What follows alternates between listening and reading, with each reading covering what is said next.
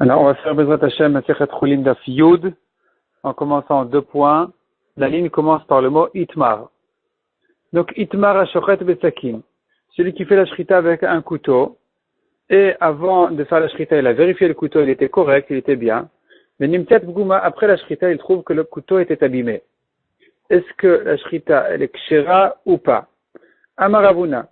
Un celui Shiberba Tamot, même si il a cassé avec ce couteau des os Kol Hayom, toute la journée, Psula, la shrita est Psula. Pourquoi? Parce que je dis que quand est-ce que le couteau s'est abîmé? Il s'est abîmé au début de la shrita. Et non pas au moment où il a cassé les os, mais au début de la shrita déjà il s'est abîmé. Donc toute la shrita, au moment de la shrita, le couteau était déjà abîmé.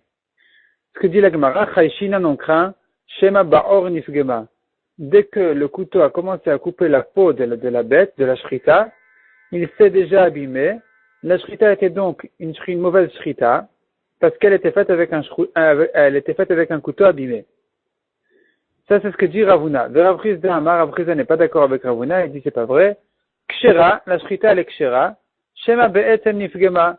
Parce que je suppose que le couteau ne s'est pas abîmé au début de la shrita, mais après la shrita, au moment où il a cassé des os, donc il a coupé des os toute la journée, et à ce moment-là, le couteau s'est abîmé. Et donc, on dit que la shrita est kshera. Demande la Gemara. Bishlama Ravuna, on comprend bien Ravuna Keshmate, comme ce que lui-même a dit, comme sa propre halakha de lui-même, que Ravuna avait dit que si tu as un doute dans la shrita, eh bien, tu laisses la bête dans son statut antérieur qui était interdite, de son vivant elle était interdite, c'était Ever Minachai, donc on n'a pas le droit de manger un membre d'une bête vivante, donc puisqu'elle était interdite jusqu'à présent, et que maintenant tu te demandes est-ce qu'elle a changé de statut, est-ce qu'on lui a fait une shrita correcte ou pas, tu la laisses dans son premier statut, et donc elle reste interdite. Donc c'est pour ça que quand maintenant j'ai un doute sur ce couteau-là, quand est-ce qu'il s'est abîmé, selon Ravuna, eh bien on dit que la shrita est mauvaise, on craint que le couteau ait été abîmé depuis le début de la shrita, et c'est pour ça que la shrita est mauvaise, parce que je ne peux pas sortir la bête de son statut interdit pour la permettre, alors que j'ai un doute, est-ce que vraiment la shrita a été faite correctement ou pas. Donc Ravuna, on l'a bien compris. Et la Rav Chizda, Maïtama, quelle est la raison de Rav Chizda qui dit, ne crains rien, la shrita était bonne, et tu peux supposer que le couteau s'est abîmé après la shrita, quand il a cassé des os toute la journée. Répond Rav Chizda, Marlecha, Etem Vadai Pogem. C'est-à-dire, si maintenant on met l'un en face de l'autre, la shrita et le fait qu'il ait cassé des os toute la journée. Et maintenant, je me pose la question, qu'est-ce qui risque le plus d'abîmer le couteau? Qu'est-ce qui risque d'abîmer le couteau? Etzem vadai pogem, dit la Gemara. Quand il casse des os, ça c'est clair que ça va abîmer le couteau. Tandis que, or, la peau de la bête, de la shrita, ça fait que pogem, ça fait que le pogem. On a un doute, est-ce que vraiment ça peut abîmer le couteau ou ça n'abîme pas le couteau? Ça risque des fois, quand même, d'abîmer le couteau, mais c'est pas censé en général le faire. Donc on a un doute, est-ce que ça peut abîmer le couteau ou ça ne peut pas abîmer le couteau? Et donc maintenant, quand je me trouve devant une situation pareille, où j'ai deux explications au couteau abîmé, soit je dis que c'est la shrita, c'est la peau de la shrita, soit je dis que c'est les os qui ont cassé, qui ont abîmé le couteau. Donc je me trouve devant une situation pareille, dit la Gemara qui s'appelle Have Safek Vevadai. Tu as d'un côté un doute, d'un autre côté, un vadaï, c'est-à-dire je suis certain, en face du doute si la shrita risque d'abîmer le couteau, oui ou non, j'ai en face de ça une autre explication qui est certaine, certainement c'est censé abîmer le couteau. Et donc, puisque je suis devant, je suis en face de deux possibilités pareilles, le principe dit, Ve'en safek moti mide vadaï. Le doute ne sort pas du certain. C'est-à-dire, l'explication certaine, elle est plus importante, on la retient plus que l'explication en doute. Donc c'est pour ça que maintenant, quand j'ai deux explications, je préfère prendre l'explication qui dit que le couteau s'est abîmé au moment où il a cassé des os toute la journée, plutôt que de dire que c'est la shrita elle-même, c'est la peau de la shrita qui abîmait le couteau, alors que ce n'est qu'un doute. Est-ce que ça peut abîmer? Est-ce que ça abîme ou ça n'abîme pas? Je laisse le doute et je prends le côté vadaï, le côté certain. Donc ça, c'est l'explication de Rav Chizda. Donc on a terminé d'expliquer Ravuna et Rav Chizda. Ravuna qui dit que la shrita est interdite parce qu'on laisse la bête dans son statut antérieur. Et d'un autre côté, Rav Chizda qui dit non, la shrita elle est kshera, c'est une bonne shrita. Pourquoi? Parce que pourquoi craindre le doute alors que j'ai une explication très claire en face du doute qui m'explique très largement comment est-ce que le couteau s'est abîmé? Eh bien, il s'est abîmé parce en cassant les os toute la journée. La Gemara continue et dit, Mativ Rava les Siyu et les Ravuna. Rava objecte Rav Chizda et renforce Ravuna. Taval ve'ala, un homme s'est trempé au mikvé et il est sorti du mikvé. Donc un tamé qui s'est trempé pour se purifier, il s'est trempé au mikvé et il est monté du mikvé, venimta alav et il s'est trouvé sur lui d'avoir chotet, quelque chose qui fait khatita, donc qui sépare entre son corps et l'eau. Quelque chose était collé à son corps et risquait de séparer au moment de la tvila, au moment où il s'est trempé, entre son corps et l'eau, et donc la tvila est une mauvaise tvila. Afalpi shenit asek boto amin, même si cet homme-là dit qu'il s'est occupé de cette chose-là, qui s'est trouvée collée sur son corps, après qu'il s'est trempé au mikvé, toute la journée entière, lo alta lo tvila, la tvila est une mauvaise tvila, donc le mikvé ne l'a pas purifié, parce que je crains que cette ratita-là était collée à lui au moment où il s'est trempé au mikvé, et donc elle a séparé entre son corps et l'eau, et a empêché l'eau de toucher son corps à cet endroit-là, et donc la tvila ne l'a pas purifié. Adji Omar, jusqu'à que cet homme-là dise, Bari, je suis certain, chez l'Aya Alay, que cette ratita-là, ce morceau collé sur moi n'était pas sur moi, Kodem Lachen, avant de m'être trempé au mikvé. Ça, c'est ce que dit la Braïta.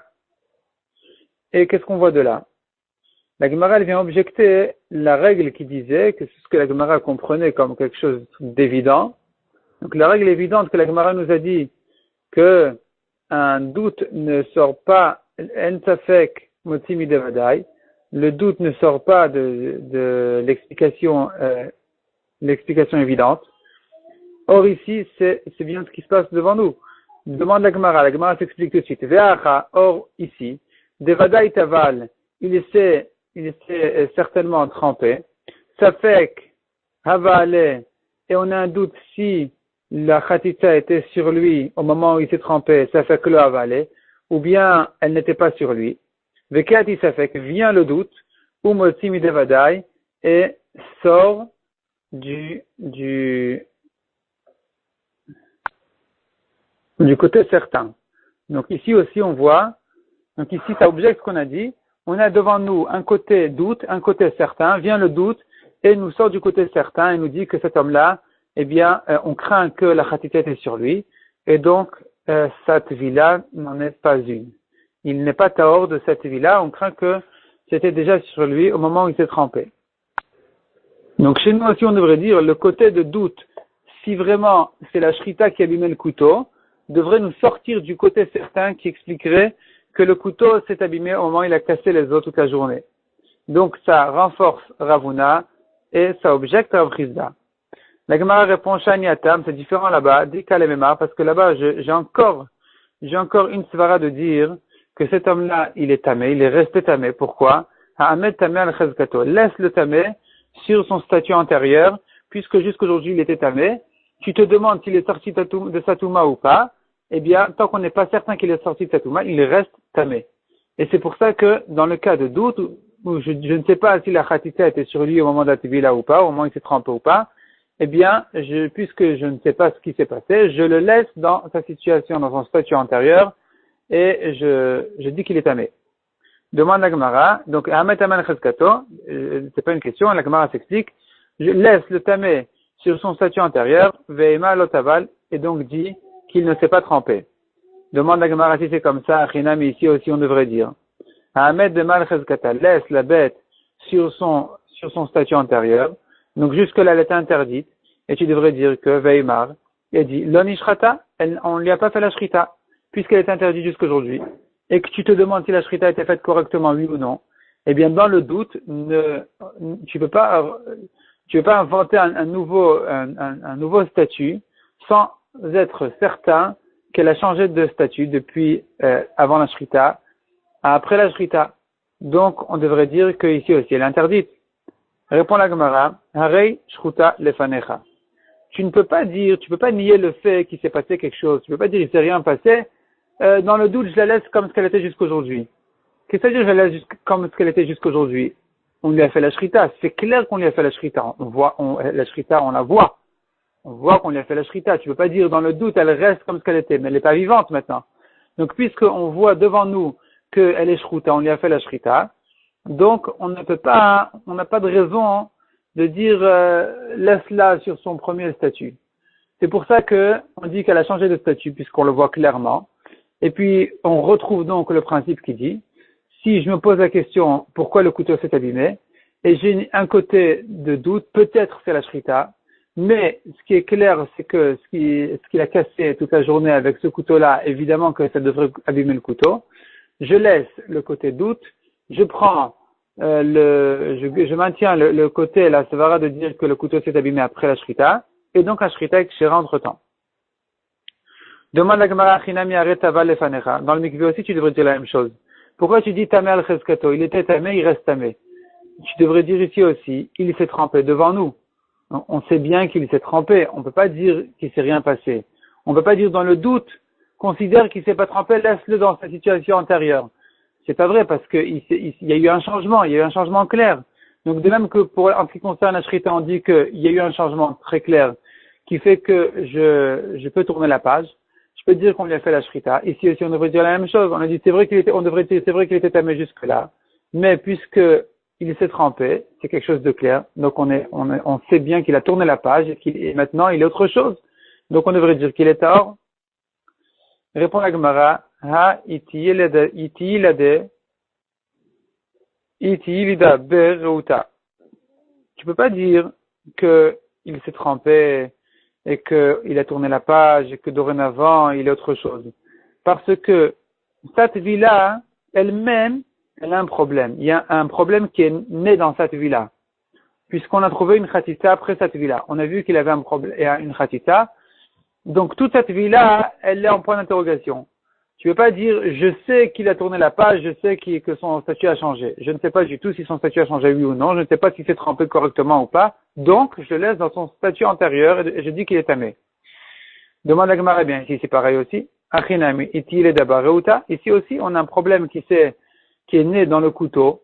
Et donc, on devrait dire pareil, on devrait dire, la bête, elle est interdite.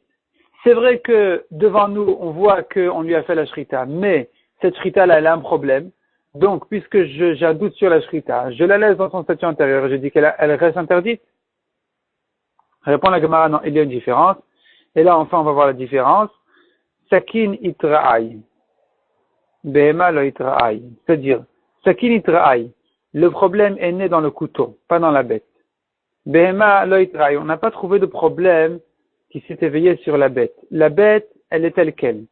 Simplement, sur le couteau, on voit un problème. Et donc, la bête, si on se concentre maintenant sur la bête, eh bien, elle est shruta devant nous. On lui a fait la shrita, c'est clair.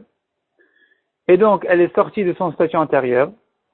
Maintenant, tu as un nouveau doute, à savoir, est-ce que le couteau était bien ou abîmé au moment de la shrita?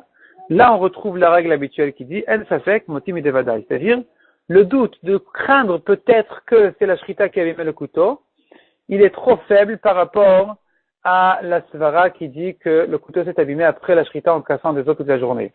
C'est pour ça que on laisse tomber la crainte, le safek, le doute de dire qu'il s'est abîmé avant la shrita, et on maintient la svara qui dit que le couteau s'est abîmé après la shrita. Tandis que celui qui s'est trempé au mikvé, il était tamé, son statut antérieur, il était tamé. Après, c'est vrai qu'il s'est trempé devant nous, mais sur cette vie-là elle-même, sur lui-même, sur son corps, on a trouvé un problème. Donc, puisque le problème s'est trouvé sur son corps, donc ça met en question toute cette vie-là. Et puisque toute cette vie-là, elle est mise en question, donc je suis obligé de le remettre dans son statut antérieur. Le dernier le dernier statut qu'il se trouvait avant que le doute ne naisse, ne commence, et donc il reste tamé. Tout ça, c'est pour expliquer ce que Rav Rizda a dit, que quand j'ai un safek sur le couteau, la shrita est bonne.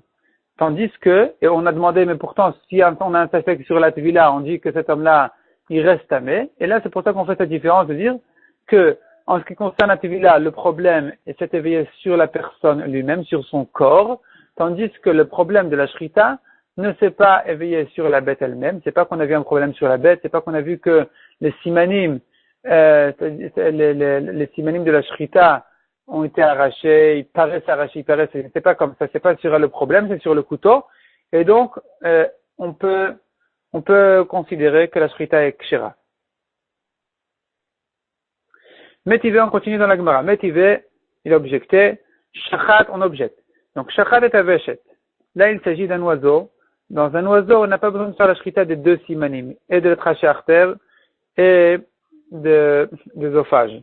On peut se suffire d'un seul siman. Maintenant, ce qui s'est passé, c'est que shachat et aveshet, donc il a coupé au moment de la shrita l'œsophage, v'achakar nishmeta gargeret. Et après la shrita, la trachée artère s'est détachée de sa place. Kshira, évidemment que la shrita est kshira parce que ce problème a eu lieu après la shrita, donc après la shrita, on peut faire ce qu'on veut, il n'y a aucun problème. Nishmeta gargeret. Mais dans le cas contraire où la trachée artère s'est détachée et ensuite il a fait la shrita, shachat et aveshet, il a coupé l'œsophage, psoula, la shrita ici elle est psoula parce que c'est taref. C'est taref puisqu'elle a eu un problème avant la shrita, que la trachée artère s'est détachée, donc elle ne pouvait pas survivre longtemps et donc c'est pas soul. Maintenant, ça c'est une introduction. Maintenant, quel est le din dans le doute, dans le cas du doute? Shachat et aveshet, il a coupé, il a fait la shrita, il a coupé l'œsophage, venimta gargeret shmuta, et il se trouve que le trachée artère était détaché, ve'eno yodea, il ne sait pas, im kodem shrita nishmeta, im lachar shrita nishmeta. Il ne sait pas si ça s'est détaché avant la shrita ou après la shrita. Si avant, c'est taref, si après la shrita, c'est kasher. Que faire dans le doute? Dayama ase, il était une histoire pareille, ve'amrou, et on a dit, Ve'amrou, ils ont dit les chachamim, Kol safek bashrita pasoul, tout doute dans la shrita, c'est pasoul. Donc, si tu ne sais pas si ça s'est détaché avant la shrita ou après la shrita, tu dois craindre que ça s'est passé avant la shrita et donc c'est pasoul. Kol safek bashrita, demande la Gemara, pourquoi est-ce qu'on dit une grande règle? Kol safek, tout doute dans la shrita, chaque doute qui arrive dans la shrita, c'est pasoul. Pourquoi tu dis chaque doute? Kol safek bashrita la touye maï, qu'est-ce que ça vient inclure?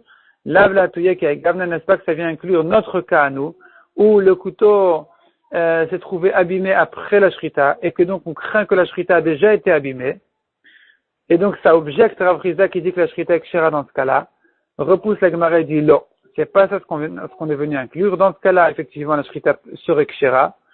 Ça vient par contre inclure la touye safek shaha, safek daras.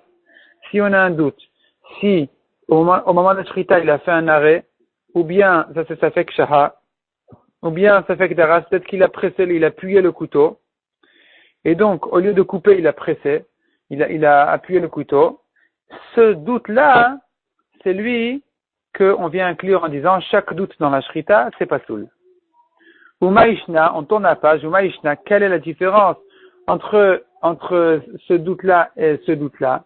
Quelle est la différence entre si j'ai un doute, est-ce que le couteau était abîmé au moment de la shrita ou pas, ou après la shrita, et le doute qui dit qui sait pas s'il s'est arrêté au milieu de la shrita ou qu'il a appuyé le couteau? Répond la Gemara.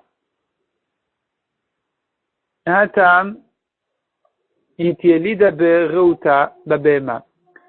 Là-bas, si le safek a eu lieu sur la shrita elle-même, s'il s'est arrêté au milieu de la shrita ou s'il a appuyé sur le couteau, alors là-bas, itielida bereuta, le problème est né babema dans la bête elle-même. Au moment où le couteau coupé faisait la shrita de la bête, donc puisqu'il était dans la bête, à ce moment-là a eu lieu le safek, là on considère que dans le doute la shrita est psoula. Tandis que chez nous, Hacha, chez nous, c'est-à-dire dans le cas où j'ai un doute si le couteau était abîmé avant la shrita ou après la shrita, sakin itraï. Le problème, il est dans le couteau. C'est le couteau qui a une reuta, qui a un problème. Bema le itraï, la bête n'a pas de problème. Donc, c'est vrai que le couteau, le problème du couteau, évidemment, il influence sur la bête. Mais puisque le problème s'est éveillé sur le couteau et pas sur la bête, là, je peux utiliser les autres règles qui disent que, puisque j'ai un doute si c'est la shrita qui a abîmé le couteau ou pas, et face à ce doute, j'ai une explication très claire qui pourrait expliquer pourquoi le couteau s'est abîmé après la shrita, je laisse le doute et je maintiens l'explication qui est l'explication la plus claire, et donc la shrita, elle est kshera. Et donc c'est pour ça que Rav Chizda dit que la shrita, elle est kshera. La Gemara tranche la halacha, ve'il cheta, kevate de Ravuna. La halacha, elle est comme Ravuna qui dit que dans le doute du couteau abîmé, la shrita est psoula, que shelo shiber ba'etem.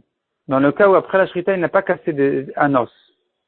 Ve'il cheta, kevate de Rav Chizda. Et la halacha, elle est comme Rav Chizda qui dit que dans le doute, si le couteau est abîmé avant la shrita ou après la shrita, évidemment, je reprécise qu'on parle d'un cas où il a vérifié le couteau avant la shrita et que le couteau était bien. Simplement, quand je suis en train de dire maintenant on se demande le couteau s'est abîmé avant la shrita, ça veut dire au début de la shrita. Avant de toucher le simalim, il s'est abîmé en coupant la peau de la shrita. Donc, on dit d'abord, la halakha est comme Ravuna dans le cas où il n'a pas cassé un os après la shrita. Donc là, je crains que le couteau s'est abîmé au début de la shrita. Mais il cheta kevate de Rav Chizda. Et la halakha est comme Rav Chizda qui dit que la shrita est kshera, que chez Shiber Ba'etem dans le cas où il a cassé un os après la shrita. La Gemara comprend de là. Mikla de Rav Chizda. On comprend de là que Rav Chizda, qui a dit que c'est kasher, afal gav de la Shiber Ba'etem, même dans le cas où il n'a pas cassé un os. Selon Rav Chizda, c'est kasher. Parce que tu dis que la halakha, elle est comme Rav Chizda dans le cas où il a cassé un os. C'est-à-dire que selon Rav Chizda, dans tous les cas, c'est kasher, mais dans le cas où il a cassé un os, là, je maintiens les paroles de Rav Chizda. Mais Rav Chizda dira toujours que c'est kasher, même s'il n'a pas cassé un os avec le couteau, après la shrita. Et la bemaï ifgim. Si c'est comme ça, demande la Gemara, si c'est comme ça qu'il n'a pas cassé un os après la shrita, alors évidemment que c'est la shrita qui a abîmé le couteau. Pourquoi tu dis que la shrita est kshera, bemaï ifgim? En quoi, qu'est-ce qui a abîmé le couteau? Où est-ce qu'il s'est abîmé? Répond la Gemara, Eima be'etzem de mifreket ifgim. Eima, je suppose que c'est l'os de la nuque qui a abîmé le couteau. C'est-à-dire, au début de la shrita, d'abord, premièrement, il a coupé la peau. Là, il ne s'est rien passé de mal. Le couteau reste entier. Ensuite, il a coupé le simanim. Le couteau était entier. La shrita était kshera. Ensuite, il a continué à couper, jusqu'à qu'il est arrivé à l'os de la nuque. Et là, en coupant l'os de la nuque, c'est là où le couteau s'est abîmé. Donc, je suppose que c'est ça ce qui s'est passé. Et donc, je dis que c'est kasher. Dans ce cas-là, la halakha n'est pas comme Rav Chizda dans ce cas-là. La halakha est comme Rav Chizda que dans le cas où il a cassé un autre os après la shrita. Après la shrita, il est allé et il a commencé à casser des os. Là, je dis que c'est ça ce qui a abîmé le couteau. Mais Rav Chizda lui-même, il pense que dans tous les cas, c'est kasher parce que je crains que c'est l'os de la nuque qui a abîmé le couteau. La Gemara raconte, Ava Uvda, il était une histoire, Vetaraf Rav Yosef a rendu Taref ad Tlesar Chevta, jusqu'à 13 bêtes. Qu'est-ce qui s'est passé là-bas? C'était une histoire pareille, où on avait vérifié le couteau avant la shrita, il était entier. Après, il a fait la shrita de 13 bêtes. Il n'a pas vérifié le couteau entre l'une et l'autre. Et après toutes les 13 shritot, il a vérifié le couteau, il a trouvé le couteau abîmé. Et là, Rav Yosef a dit, toutes les bêtes sont interdites. La Gemara précise dessus, Keman, Keravuna, Vafil Bekamaita. Est-ce que, comme qui ça va? Ça va comme Ravuna qui craint que ça s'est abîmé au début de la shrita, et donc même la première bête est interdite. Repousse la Gemara et dit, Lo, Kerav Chizda. Ça va comme Rav Chizda qui permet la première bête, ou les bar mikamaita, mais sauf c'est-à-dire la première bête, elle est permise, et toutes les bêtes suivantes, elles sont interdites parce que je dis que le couteau s'est abîmé quand il a coupé la nuque de la première bête. Donc ici, la Gemara ne tient pas de la Svara qu'on a dit tout à l'heure, que selon Rav Chizda, même dans ce cas-là, c'est kasher. La Gemara a simplement dit, il peut penser comme Rav Chizda, en tout cas au moins, en ce qui concerne la première bête, et dire que la première bête, elle est kshera, et ce n'est que les dernières bêtes, les 12 dernières que Rav Yosef a rendu tarif. Mais si tu veux, je te dis, l'olam ki Ravuna, Rav Yosef, il est interdit comme Ravuna, même la première shrita, dès que Rav Chizda, parce que si ça allait comme Rav Chizda qui permet, Michde mitlatalina, puisque Rav Chizda, il suppose, on dit que le couteau s'est abîmé que plus tard. Il s'est abîmé à la nuque de la fin de la shrita. Donc selon Rav Chizda, Mimaï de Be'etem, qui a dit que c'est l'os de Mifreka de Kamaïta, que c'est à l'os de la première nuque, Ifgim, que le couteau s'est abîmé, je pourrais dire, Dilma, Be'etem de Mifreka de Batraïta Ifgim. Peut-être que non, c'est l'os de la nuque de la dernière bête qui a abîmé le couteau. Donc si après toutes les 13 shritot, il a trouvé le couteau abîmé, selon Rav Chizda, on devrait dire que toutes les shritot sont ksherot. Donc si Rav Yosef interdit les shritot, c'est parce qu'il pense pas comme Rav Chizda. Il dit pas, je suppose que c'est la nuque qui a abîmé le couteau. Et donc, qu'est-ce qui a eu abîmé le couteau? Si je crains que c'est la peau du début de la shrita qui a abîmé le couteau. Et donc, si c'est comme ça, il n'y a pas de différence entre la première et la dernière. Elles sont toutes interdites parce que dès la première shrita, déjà, je dois craindre que le couteau s'est abîmé au début de la shrita. Amar le Ravacha berei de Rav Rabashi. Rav Kana matzrich b'dikuta. Donc, Amar le Ravacha dit à Ravashi. Rav Kana matzrich b'dikuta, il dit qu'il faut vérifier le couteau ben kol chada vechada entre chaque shrita. Keman ke Ravuna. Est-ce que ça va comme Ravuna ou la mifsal kamaita? Et ça viendrait interdire la première shrita si après la première shrita il a vu que le couteau était abîmé? Repousse la Gemara et dit lo ke Rav Chizda. Non, peut-être que ça va comme Rav Chizda. Ou le achshure batraita. Et ça viendrait permettre même la dernière. C'est-à-dire que si entre chaque shrita, entre deux shritot, il a toujours vérifié le couteau, et enfin il est arrivé à la dernière shrita, avant la shrita il a vérifié le couteau, et après la dernière shrita il a trouvé que le couteau était abîmé, eh bien toutes les shritot sont kshirot, même la dernière, comme Rav Chizda qui dit que je ne crains pas que c'est la peau de la shrita, du début de la shrita qui a abîmé le couteau, mais je dis que le couteau s'est abîmé après le simanim, après la shrita, et donc tout est kasher. Demande à Gemara Yachi, si c'est comme ça, on devrait, si c'est pour sauver même la dernière shrita, eh bien on devrait dire que le couteau doit être vérifié par un chacham, pas que par le shochet. Répond la Gemara, un témoin, on le croit en ce qui concerne des questions de Issour. C'est-à-dire, si c'est des questions d'argent, il faut 2 témoins. Si c'est des questions de nefashot, il est chayav mita, s'il faut le tuer, s'il faut le frapper, là aussi on a besoin de 2 témoins.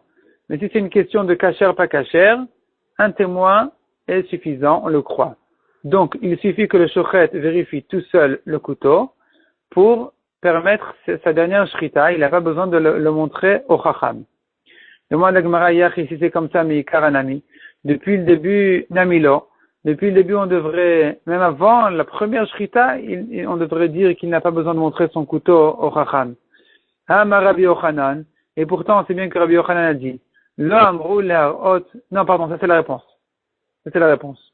Donc la question, elle est, Mikar anamilo, on devrait dire que même avant la shrita, il n'a pas besoin de montrer son couteau au chacham. Je lui donne confiance, je lui fais confiance s'il a vérifié le couteau et dit qu'il est bien. Il est bien? Répond la Gemara, Amar Rabbi Yochanan. Pourtant, Rabbi Yochanan a dit, c'est une réponse pourtant, ça veut dire, on sait bien que, pourquoi tu t'étonnes? Rabbi Yochanan a bien dit, Lo amru le'arot sakin chacham. On a dit de nous montrer le couteau au chacham que, ela mipnei kvodo shel chacham. C'est pas une question de issour, c'est pas parce que je crois pas le shochet. C'est que pour le kavod du chacham, que on demande au shochet d'aller lui montrer son couteau. Mais une fois qu'il a montré le couteau au chacham après la première shrita, le shochet n'a aucun problème de vérifier tout seul le couteau entre les shritot pour permettre même la dernière shrita selon Rav Chizda. Maintenant, la Gemara, elle demande quelles sont les sources de quelques règles générales connues dans toute la Torah, dans tout le chasse. Et la Gemara commence maintenant par poser une première question, par chercher une première source. Mena milta, d'où vient cette chose d'Amoura Banan que les Chachamim ont dit, ou qui milta laisse la chose à Chazake, sur son premier statut. Amar Rabbi Shmuel bar Nachman et Amar Rabbi Yonatan. Réponse. Amar Kira, la Torah dit, à propos d'une maison, on trouve des taches de lèpre dans les murs de la maison. Là-bas, le Kohen, la Torah dit, il doit rentrer pour regarder, pour voir de quoi il s'agit, et pour trancher si la maison, elle est tamée ou pas. Là-bas, la Torah nous dit, Viata Kohen minabait, le Kohen sortira de la maison. Elle petach habayit à l'entrée de la maison. Visigir et habayit, et il fermera la maison, shivat yamim, pour 7 jours. Au bout de 7 jours, il revient, il vérifie où ça en est, comment, si ça a grandi, si ça, etc. Et là, qu'est-ce qu'on voit dans ce passage? Que le Kohen sort, et il ferme la maison. Quand il enferme la maison, on la considère déjà comme un certain degré de Touma. Mais là se pose la question, quand il est sorti, qui dit que la tâche est restée? Peut-être que le temps qu'il sorte, la tâche est aussi sortie avec lui. Qui a dit que la tâche est restée? Demande la Gemara. Dilma, peut-être, Adena fik veata, jusqu'à qu'il est sorti, il est venu, c'est-à-dire, veata, ça veut dire, il est venu en dehors de la maison. Batar le shiura, peut-être que la tâche a rapsissi. Et si elle a rapsissi, elle fait pas la taille qui rend la maison tamée, eh bien, c'est rien du tout. Il n'y a aucun problème, c'est tort.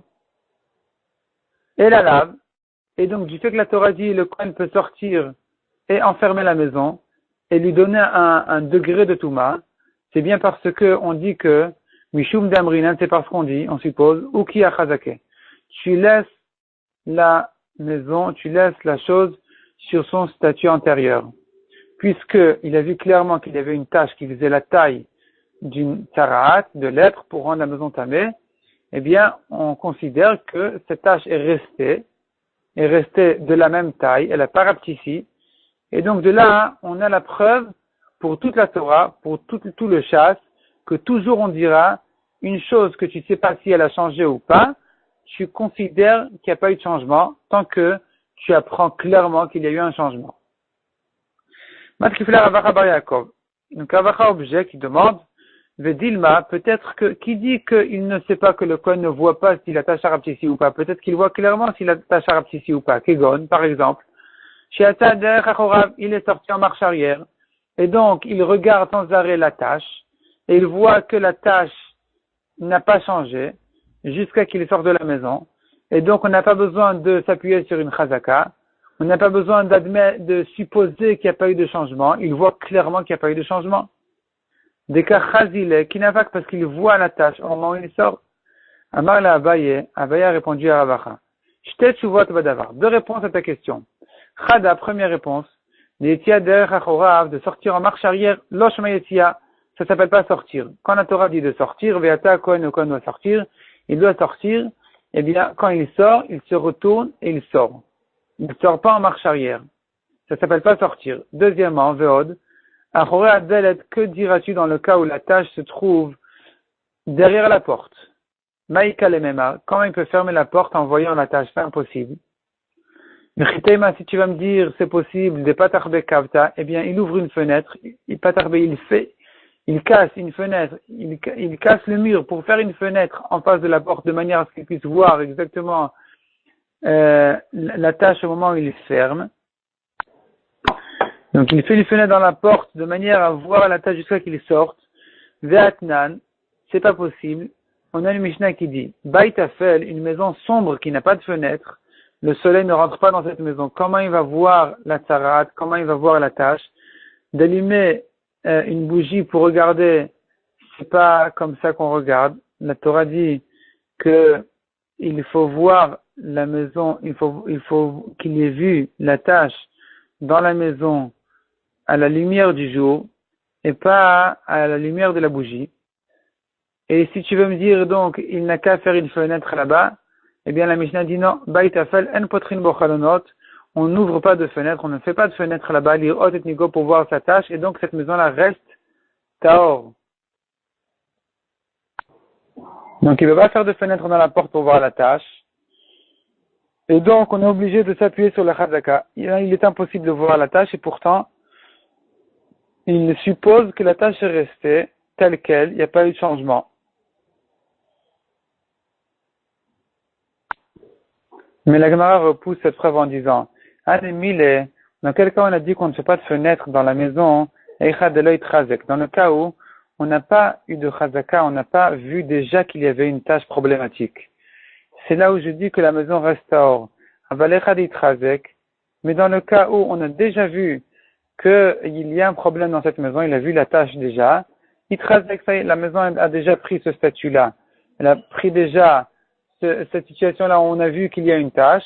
Et donc, pour suivre la tâche jusqu'au moment où il sort de la maison, là, il pourrait peut-être, lui, faire une fenêtre pour regarder qu'il n'y a pas eu de changement. Donc, peut-être qu'on n'a pas de preuve de ce pasouk-là d'aller selon les chazakot. Parce que la Torah ne dit pas de sortir et de supposer que la tâche n'a pas changé sans la voir, ou peut-être qu'il doit la voir, et jusqu'au moment où il sort, il la voit. La Gemara ne répond pas à la première question. On a dit que ça ne s'appelle pas sortir, de sortir en marche arrière. Mais Tosfot déjà fait allusion à une réponse qui dirait non, pardon, j'ai sauté quelques lignes, je vois que j'ai sauté quelques lignes. Donc on reprend à la ligne qui commence par Amar et Rava. On était en train de dire, donc je reprends depuis le début par cœur ce qu'on disait. On disait d'abord qu'on voit du pasouk du Kohen, que on considère qu'il n'y a pas eu de changement, le Kohen sort sans voir la tâche, il suppose que la tâche n'a pas changé, et donc on apprend de là qu'on va selon les chazakot, on suppose que le statut antérieur n'a pas changé. Ravacha a demandé qui dit que c'est comme ça, peut-être que le Kohen a fait marche arrière et donc il regarde la tâche jusqu'au moment où il sort. Abaye lui a dit, premièrement, ça s'appelle pas sortir. Deuxièmement, qu'est-ce que tu vas dire dans le cas où la tâche était derrière la porte? Là, même en faisant marche arrière, il va pas la voir. Si tu vas me dire qu'il fait des fenêtres, on fait pas de fenêtres. On a vu dans une Mishnah qu'on fait pas de fenêtres. Donc on en était là. Maintenant on continue. Amar le Rava, au début de la ligne, Amar le Rava. Dès qu'Amrat Etzia, ce que tu as dit que de sortir derrière Achorav en marche arrière, Loshma Etzia, ça s'appelle pas sortir. Kohen Gadol biyam kippurim yochiach. Le Kohen Gadol, pendant Yom Kippour, va nous prouver que ça s'appelle sortir, même en marche arrière. Nirtiv veyetzia, parce que la Torah dit que le Kohen Gadol doit sortir du Echal. Utnan, or la Mishnah nous dit, Yatsa uvalo derech knisato, lorsque le Kohen Gadol sort du Echal, il sort de la même manière qu'il est rentré, c'est-à-dire que sa face est en direction du Kodesh HaKodashim. Donc il est en train de marcher en arrière, et pourtant ça s'appelle sortir. Donc on a la preuve que même si le Kohen il sort en marche arrière, ça s'appelle aussi qu'il est sorti. Vedeke Amrat, est-ce que tu as dit, Baitafel en potrin mochalonot, qu'une maison sombre, on ne lui fait pas de fenêtre, l'irot et nigo pour voir sa tâche. Hanemile, quand est-ce qu'on dit ça? C'est que dans le cas où l'oitrazek, on n'a pas su, c'est-à-dire on n'a pas, la maison n'a pas encore pris un statut évident, hein, un statut clair d'une maison qui a de la tsarat, qui a une tâche. C'est là où je dis, c'est une maison sombre, on ne peut pas vérifier la tâche, on ne fait pas de fenêtre pour la vérifier. Aval echad, mais dans le cas où je sais qu'il y a une tâche, on a vu la tâche, itrazek, ça y est, la maison a déjà pris ce statut-là, et donc, pour suivre la tâche jusqu'au moment où il sort, il pourrait peut-être, lui, faire des fenêtres. Donc tout ça, c'est pour dire que on n'a pas de preuve de ce pasouk-là, d'aller selon les chazakot, de maintenir la première situation. Parce que ici, le Kohen, quand il rentre à Mai, c'est pas parce qu'il, c'est pas dans le doute qu'il y a eu un changement ou il n'y a pas eu de changement, il est en train de regarder jusqu'au moment où il sort. La Gemara ramène une braïta, Tanya de l'ok Rabacha bar Yaakov, une braïta qui ne dit pas comme Rabacha bar Yaakov, qui dit que le Kohen est en train de sortir en arrière pour vérifier la tâche. Veyata Kohen min habayit, la Torah dit, le Kohen sortira de la maison. Yachol yelech letor beito, peut-être que le Kohen peut rentrer chez lui, veyasgir, et de là-bas enfermer la maison de la tsarat. Talmud Lomar el Petach Habayit, il doit rester à l'entrée de la maison. I Petach Habayit, si on avait que ce passage qui disait que le Kohen se tient à l'entrée de la maison, Yachol, j'aurais pu croire Yamod Tachat Hamashkof, il se tient en dessous du linteau via Sigir, il ferme la porte. Talmud Lomar Min Habayit, il doit sortir entièrement de la maison. Hachete Min Habayit Kulo, il doit sortir entièrement de toute la maison. Haketzad, donc comment faire? Omed Betad Hamashkof, il sort, il se tient à côté, à l'extérieur du linteau, ou Masgir, et il ferme la maison. Uminain Sheimanach Letor Beito, et d'où je sais que même dans le cas où le Kohen est rentré chez lui, Veisgir, et de là-bas il a enfermé la maison en question. Oh, Shehamad Betor Habayit, ou bien qu'il est resté au seuil de la maison, du problème de Tarat, il était là-bas, il se tenait en dessous du linteau, Veisgir, et il a fermé, Shesgero Musgar, d'où je sais que Bediavad, s'il a fait comme ça, ça passe. Talmud Lomar, la Torah vient nous dire, Veisgir et Habayit, il fermera la maison, Mikol Makom, de toute manière qu'il la ferme. S'il a fait, ça s'appelle que la maison était enfermée, et que donc elle a eu son degré de Touma en question. Or ici, le Kohen n'a pas pu voir à la tâche, puisqu'il est rentré chez lui. Et pourtant, la Torah, la Braïta dit que la Torah considère ça quand même comme un esger, comme s'il il peut rendre tamé la maison de cette manière-là. Donc, revient la preuve, pas comme Ravacha qui a repoussé la preuve en disant qu'il fait marche arrière et qu'il surveille sans arrêt que la tâche ne rapetisse pas. Ici, on voit que même sans savoir si la tâche a changé ou pas, on peut s'appuyer sur la chazaka et dire que la tâche n'a pas changé, elle est restée comme ce qu'elle était. Donc, de cette braïta, on voit a priori pas comme Ravacha. De Ravacha Bar Yaakov, lui, il répond à cette braïta. De quoi il s'agit? Comment est-ce que le Kohen peut rentrer chez lui en sachant que la tâche n'a pas changé? Kegon de Kaime, par exemple, il s'agit d'un cas où se tenait Dara de Gavré, une rangée d'hommes. Donc, il y avait une file d'hommes qui était depuis la maison jusqu'à chez le Kohen, depuis la maison de la Tarat jusqu'à chez le Kohen. Et ils disent les uns aux autres que des Kaï, qu'il n'y a pas eu de changement dans la Tarat. Et à ce moment-là, le Kohen de chez lui, il peut enfermer la maison avec une grande corde ou quelque chose comme ça et dire que c'est tamé. Et donc, on n'a plus de preuve de là qu'on va, selon la chazaka, qu'on peut s'appuyer sur la chazaka et admettre qu'il n'y a pas eu de changement. Parce que peut-être qu'ici, il s'agit que le Kohen n'a pas de doute. C'est pas qu'il admet qu'il n'y a pas eu de changement, c'est qu'il sait qu'il n'y a pas eu de changement.